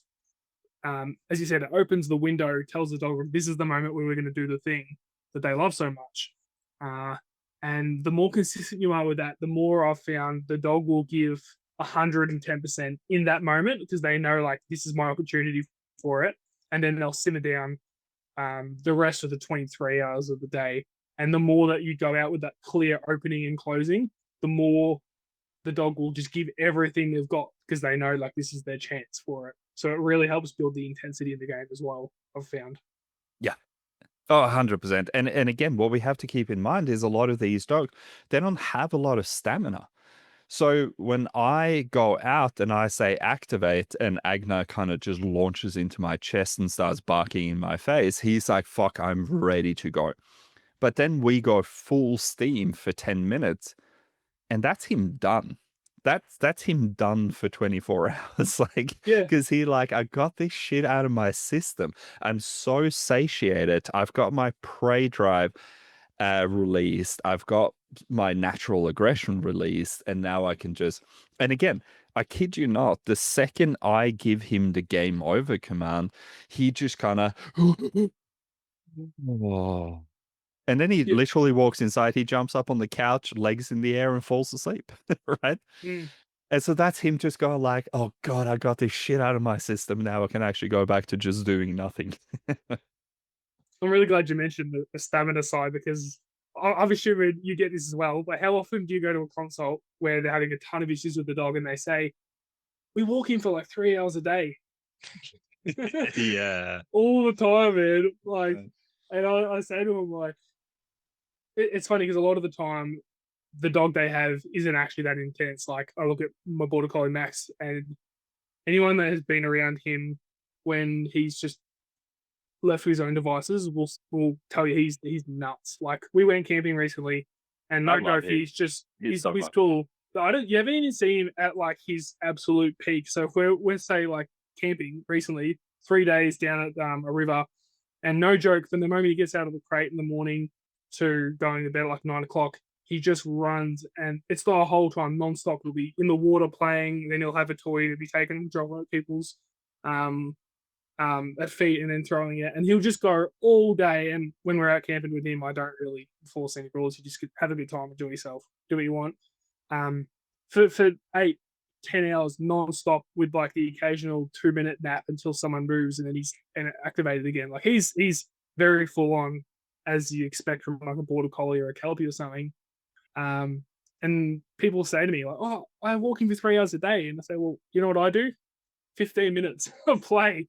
Like, and he's wrecked. It's funny because before this podcast, I took the two dogs out. I had a little bit of time, 20 minutes. I didn't even do like individual play sessions like I normally do. I just took them both out and played through a ball for like 10 minutes straight. Sitting behind me right now, they are both in the crates, just completely comatized. They haven't moved for us like 2 hours. Um, 10 minutes. Like their return on investment of time is ridiculous. Like, so if nothing else, you're trying to sell someone a play, you say, like, I could literally walk in for 4 hours and he'll get back and he'll be like, all right, I'm warmed up. Now what are we doing? Versus 10 minutes of play. And seriously, you'd think you'd run a bloody marathon. It's exhausted. And like, you'd probably go 2 days now without anything. You know? So, And I'm so glad you brought that up because, this goes a little bit outside of what we're talking about here, which is specifically pray and play. But no, it does kind of go into it a little bit. But people get so hung up in physical exercise, but they do nothing for mental exercise, right? And again, you have people who take their border collie very often, right? And for people who don't know, your average working line border collie kelpie is bred to run 60 to 80 kilometers a day, yeah. right? Uh, and so these people, they go to the park with the chuck it and they throw the chuck it for fucking 2 hours straight. And the dog's just running and running and running and running. But the dog's in this super heightened state of prey drive and arousal 24, like the whole time that they're playing because they're never being asked to do anything, right? And now after 2 hours, this dog is like, well, I've got another 40 kilometers left of running to do in my body, right? But because I've had no mental exercise, because I've had no interruptions into my drive, I've never been asked to do anything to lower my arousal. Now they get clipped onto a harness, they drag the person back home, they get left in the backyard and they fucking shred the backyard. Right? How often have you seen that happen? Right? And these dogs, we bring them out, we teach them to loose lead walk. We loose lead walk to the park instead of being dragged by the harness, right? And then we throw the ball for 10 minutes. We ask them to sit, drop, stand once in a while in between, and we loose lead walk them back. And I legit have had people contact me 6, 7 hours after a session like that. And they're like, what the fuck did you do to my dog? He has not opened his eyes since you left. And I'm like, I made him use his brain for the first time in his life. And draining mental energy is so much more tiring than draining physical energy in a dog that is built to fucking run for days. Absolutely. Yeah. All right, cool. We're getting to the end of it now. We've been chatting for a while, but there's two more things I want to touch on. Cool. I want to touch on prey and defense. Now, a lot of people don't understand what that means, but when we're playing with the dog, we put them into prey drive, right? Chasing, grabbing, biting, holding, doing all of this. That is activating the dog's prey drive and natural desire to do predatory behaviors. Now, putting a pet dog into defense or defense is a really bad idea. So I guess, what is your understanding of defense, and how do we stop dogs from going into it? What actually happens if we put a dog into defense? Hmm. Um, so defense drive being a dog, a dog's response to a threat, right? So um, whether that's a threat to themselves, a threat to a resource that they have, like they might think you're trying to steal something, take it away from them, their food, their toy, etc.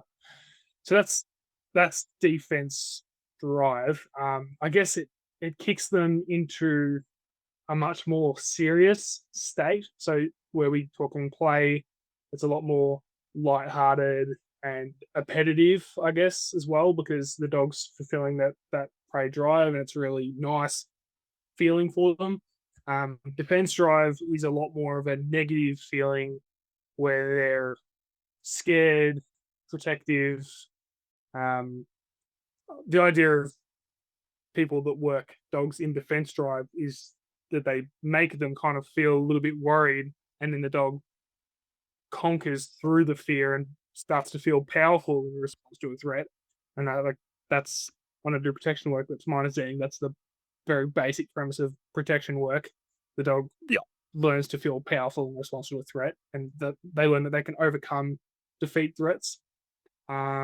But I guess, yeah, with a pet dog, I mean, a lot of the time it's just not necessary. Like, there's not really any benefit to throwing them into a defense drive and making them feel unsafe and worrisome of their situation.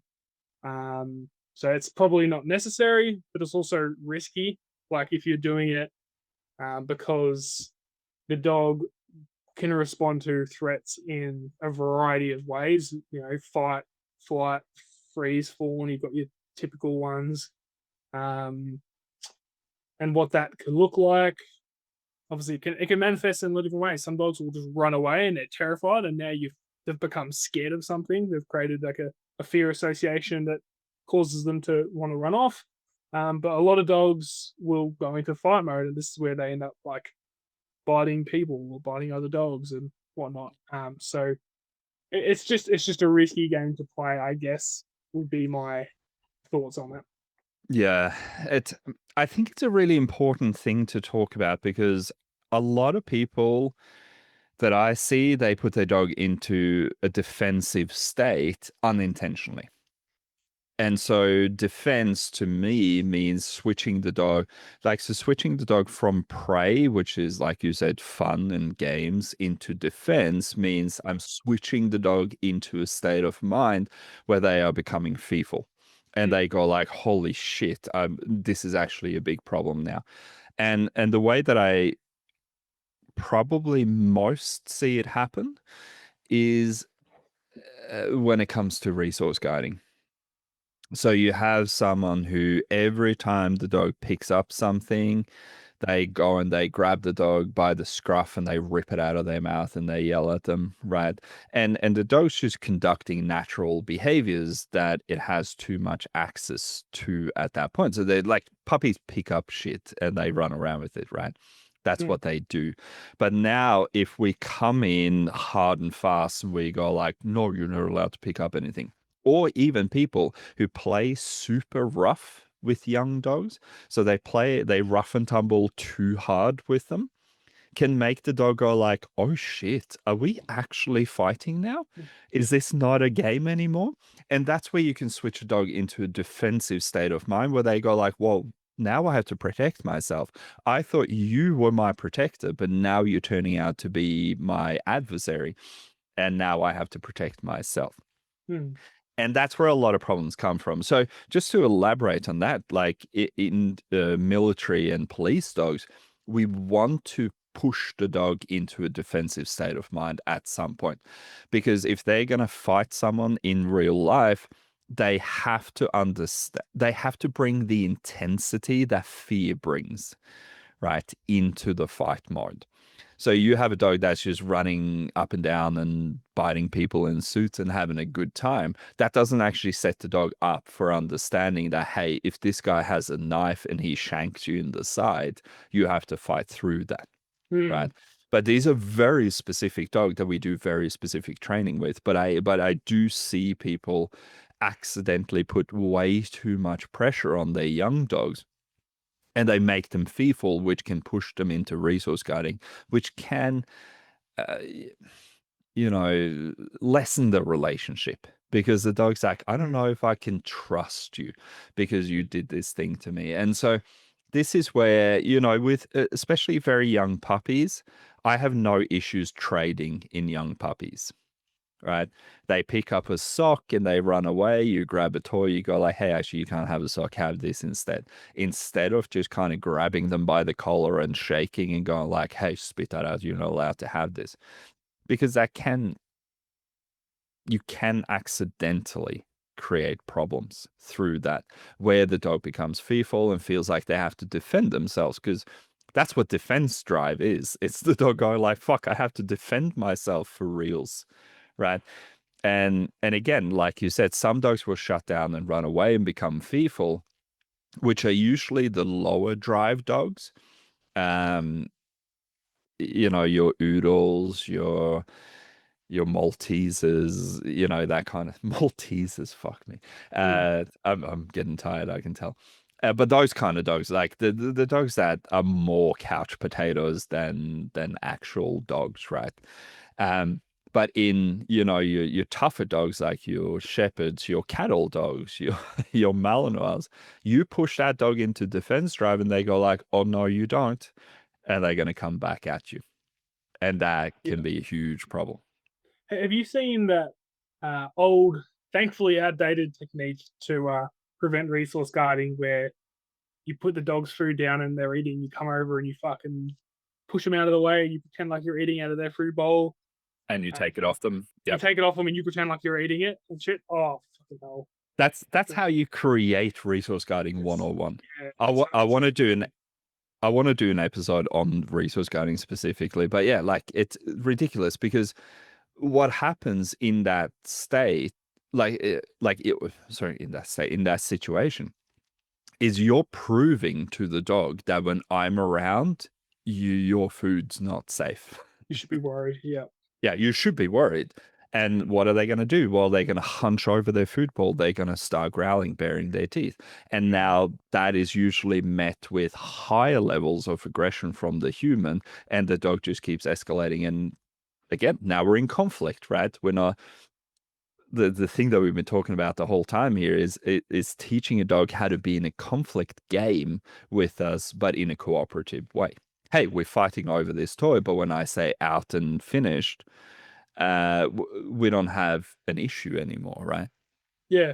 Yeah. And, it's interesting with techniques like that. You often hear reasoning behind it is that, like, well, I've been doing it for years with all my dogs, or I've always seen it done, and it's always worked. Like the dogs have never had a resource guarding problem. And what's often not realized is that resource guarding has a large genetic component to it, and some dogs just are prone to resource guarding, and some are not. Like there's certain dogs out here that you could do anything to them, and they would just give up their food. They probably, like, you'd have to push them to near death for them to defend their food. And then there are dogs Mm. that you just put their food down and go to walk away. They're like, the sheer fact that you exist in the room with my food makes me want to kill you right now. And like, Yeah, yeah. so if that technique has worked, you've just gotten very fucking lucky that you haven't got the wrong dog with the wrong genetics. Yeah, exactly. And yeah, genetic component is a lot is one very big thing, especially in resource guiding, but also drive. Like if you've had dogs with low drive dogs are going to give up very quickly, right? And then suddenly you meet that one dog that has intense drive, and he goes, "Don't fucking talk to me like that." And now we have a Mexican standoff where the dog's growling and baring his teeth, and I can't walk away. Now I've put myself in conflict with the dog, which is the opposite of what you want. Yeah. But again, like a lot of this play stuff that we're talking about here, is to prevent things like resource guarding, because we're showing the dog, hey, this food in my hand, right? This toy in my hand, that's not the important bit. The important bit is that you and I are doing this thing together, right?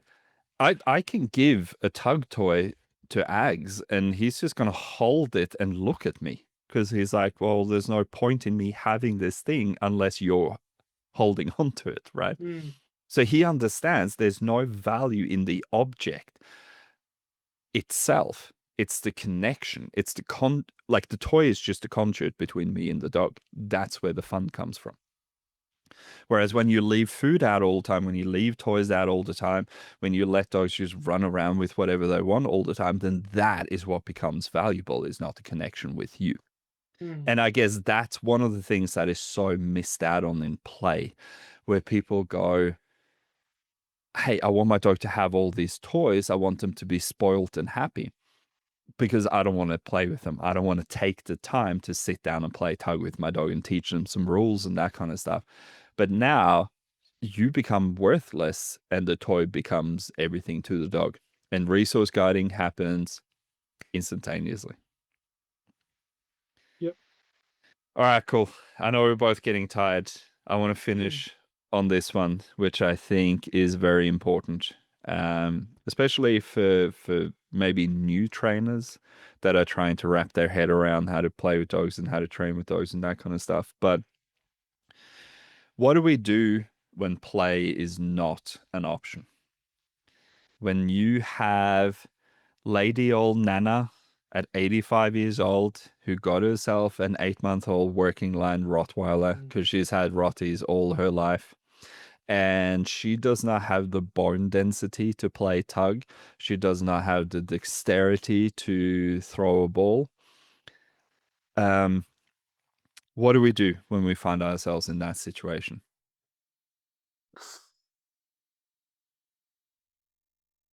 Tricky question. Um, And it's one that comes up quite often, like more often than most people would expect, I think. yeah, tricky question. I guess, look, couple of different options, I suppose. You see if you can modify play in any way to make it possible for someone of that mobility. So whether that's we play with the chuck it because I can throw it easily and I can reach. I don't have to reach down and pick it up. If we could try that. If it's maybe like a flirt pole because it's a little bit less intense on the body, and I can kind of just move it around. I don't have to be super active. So I guess if that was an option, I'd maybe try and play around with how you can modify the play to make it physically possible. If we're just assuming that it's flat out not possible, uh, I guess you can go down the route of like food work, a lot more food training because you're, I guess, hoping that you can coerce the dog into or motivate the dog enough through food that it will work with you and you can guide it that way. Um, pre- the tricky thing is that you also run into the issue where certain pressure and controls become difficult as well because that same lady that can't play with the dog also has no hope of holding the dog when it's fully grown on a standard flat collar and a lead, right? So you Mm. need to then basically have like a force equalizer where you level the playing field a little bit with tools. So And that's exactly what the prong collar is meant to be. But prong exactly. collars are illegal where we live here in Victoria. So, you know, now we're shit out of luck again. Yeah, man. I look at the all the American trainers that use prong collars and like how awesome they can be, especially for elderly people and people that are low mobility. Like you can be fingertip light with them once they're conditioned and once the dog kind of knows what's going on. And they're really effective. But I guess the best thing we have here is, I mean, maybe an electronic collar, but also you still need physical controls as well. So you've got like slip collars and martingales, but they're really not the same. So it's a hard one, honestly. Like if you're in that position and you're facing problems, you do really have to consider rehoming the dog to a place that is actually suited to giving it what it needs. I guess you got to weigh up like how much of a risk to my safety is this dog? How much of a risk is the community from the dog if it gets out of my control? Like if it pulls me in front of a car or runs over it, goes another dog, or there's a baby crying in a pram and it goes over and goes for the baby, or like the predatory instinct kicks in there. Like there's a lot of concerns you've got to really think through, and potentially rehoming the dog might be the best option because you're fighting an uphill battle, and then throw in the fact that you might just have a miserable life because you hate the dog so much, and the dog hates its life. I don't know, lots of considerations. Yeah. Oh, yeah. Look, it's a tough one, and unfortunately, it's a situation I find myself walking into not super often, but more regularly than I would have liked. Um, Mm, and it's look, it's I guess, like you said, there are things we can do, like a chuck it is a good option, right? If you can get the dog to run after a ball, but then you still have to have some control, right? Some mm, training where you can out them, you can sit up, stand them, like utilize their brain a little bit, not just their body. Um, but yeah, look, another thing could be a spring pole. So, for those who don't know, a spring pole is essentially just a big fat spring that you can tie to a fence or a tree or something. And you can tie a toy to the other end so the dog can kind of tug by themselves. But again, even in that situation, you'd have to be able to have some control. You have to out the dog. You have to send them to place, right, to actually activate their brain a little bit. But no, I thought, it's a situation that I find myself walking into, like I said, more often than I would have liked to. And so I think it's worth having that conversation. Like, what do you do in that situation? And at what point do we have to actually look at rehoming the dog if the owner isn't physically capable of walking the dog, playing with them, whatever it may be.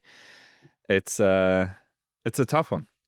But I guess for anyone listening, it's the thing that I would say is as you're getting older, just because you've had one breed of dog your mm, whole life, please keep in mind that if that is a high drive, high intensity breed, um, your body is gonna fail you at some point versus that dog, right? It's all well and good being like you're a young guy and I'm in my mid 40s, but I already feel my body falling apart, and there's no fucking way I'm ever getting another Malinois. I can tell you that for sure, right? mm.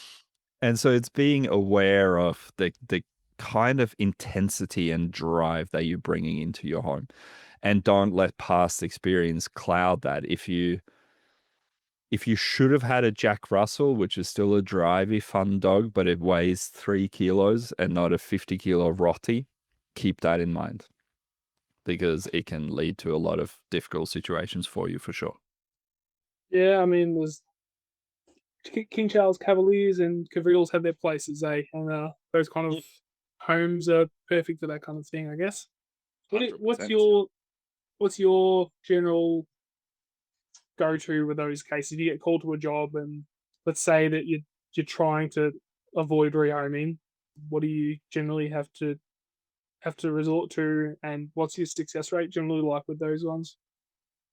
Um, Look, honestly, very often, uh, I resort to an electric collar Mm, just because there is no physical strength required whatsoever. Even with a prong collar, right, you need a certain level of physical strength.